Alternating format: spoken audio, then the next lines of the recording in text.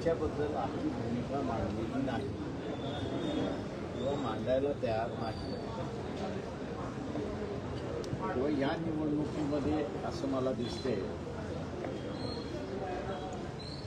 की शरद पवार असतील, बाळासाहेब थोरात असतील किंवा काँग्रेसचे अध्यक्ष असतील किंवा उद्धव ठाकरे असतील किंवा BJPचे नेते असतील, हे आपापल्या जातीचे समाजाचे नेते झालेले आहेत. की राज्याचे नेते मला त्या ठिकाणी दिसत नाही. भूमिका जोपर्यंत घेत नाही तोपर्यंत त्यांच्यावरचा हा स्टॅम्प कायम राहील अशी परिस्थिती. ज्या दिवशी ते निर्णय घेतील त्या दिवशी मी असं समजेल की ते महाराष्ट्राचे देशाचे नेते आहेत. सांगली 100 जागा जो पक्ष ओबीसींना उमेदवारी देईल तोच ओबीसींच्या हिताचा किंवा आरक्षणाच्या समर्थनात आहे. होय, हे आता मी ओबीसीमध्ये पसरवत चाललो. त्यांना हे समजावून चाललेलं आहोत की उद्या तिथे संख्याचं गणित आहे. मी जसं म्हटलं की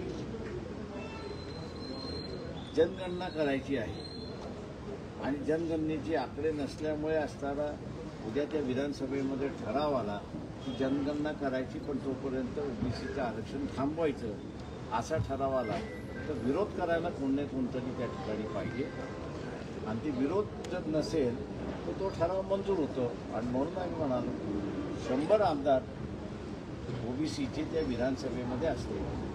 या इलेक्शनमध्ये आरक्षण वाचवायचं की जाऊ द्यायचं हा प्रमुख मुद्दा असणार आहे असं तुम्ही म्हणाल. आरक्षण वाचवायचं की जाऊ द्यायचं हा मुद्दा आहे.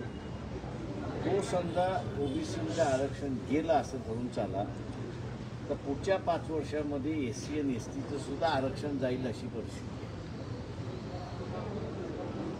2019 मध्ये या प्रस्तावित पक्षांमध्ये सर्वाधिक ओबीसी उमेदवार देणाऱ्या पक्षाला माहिती होती. 2019ची झालेली 2019ची निवडणूक त्या निवडणुकीमध्ये या प्रस्तावित पक्षांनी सर्वाधिक उमेदवार ओबीसीचे दिलेला असा पक्ष आहे. त्याच्यामध्ये वंचितच होता, वंचित आघाडीचा. विधानसभेला लोकसभा होईल काय मी असं म्हटलं की लोकसभेला संविधान बदलणार असा नारा होता आणि संविधान राहिलं पाहिजे असं लोकांनी बदललं. आता माझं म्हणणं असं आहे की विधानसभा जी आहे ती विधानसभा ओबीसीचं आरक्षण राहील की न राहील याच्यावरती लढवल्या जाणार. त्याच्यामुळे ओबीसीने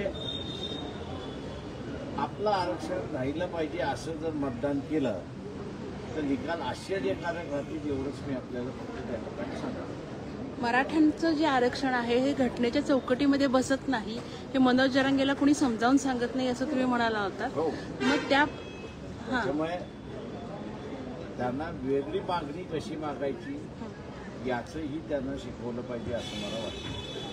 धनगर समाजानं आरक्षण मागितलं की ST समाजाला आक्रमक भूमिका घ्यायला हवी. मराठा समाज वेगवेगळ्या समाजात त्याचं असणारं जे आहे ते आरक्षणावरती खेळ करायचा असं जो चालला होता आणि सत्तेमध्ये बसलेल्या BJPने तो खेळ चालू केला असं माझा आरोप आहे.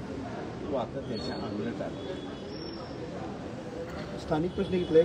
लोकसभेचा विजय किंवा लोकसभेच्या यशानंतर मिरज विधानसभेसाठी वंचित उमेदवार असणार का? कारण की आतापर्यंत जर बघितलं तर विरोधी पक्ष या ठिकाणी ताकदीने निवडणूक लढवत नाहीत किंवा स्ट्रॉंग उमेदवार देत नाहीत. वंचित हा पर्याय असणार का मिरज विधानसभेसाठी? आम्ही असं मिरज सांगलीच्या सगळ्या मतदारसंघामध्ये स्ट्रॉंग उमेदवार आम्ही उभे करणार.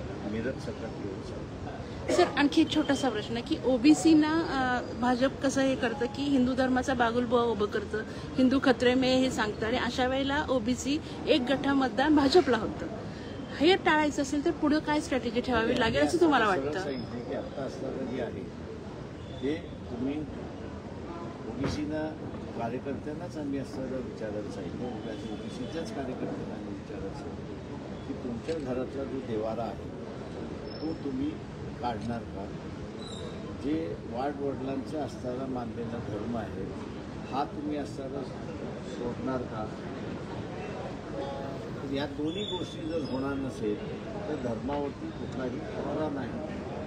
खतरा प्रत्यक्षात जे आहे ते ओबीसीच्या आरक्षणावरती आहे आणि म्हणून तुम्ही ओबीसीचं आरक्षण या निवडणुकीत प्रामुख्याने केलं पाहिजे असं आमचं म्हणणं आहे.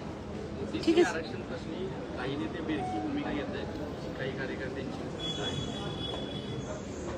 म्हणजे बेरकी भूमिका घेतात काही कार्यकर्ते म्हणतात एका व्यासपीठावर का येत नाही. प्रकाश शेंडे हीच भूमिका घेत आहेत, लक्ष्मण माझी नवीन हीच भूमिका मांडत आहेत.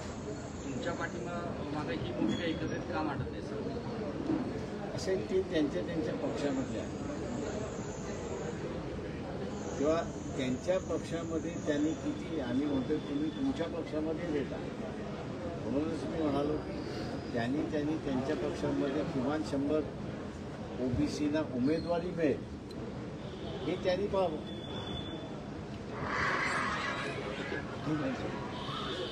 Thank you sir. थँक्यू.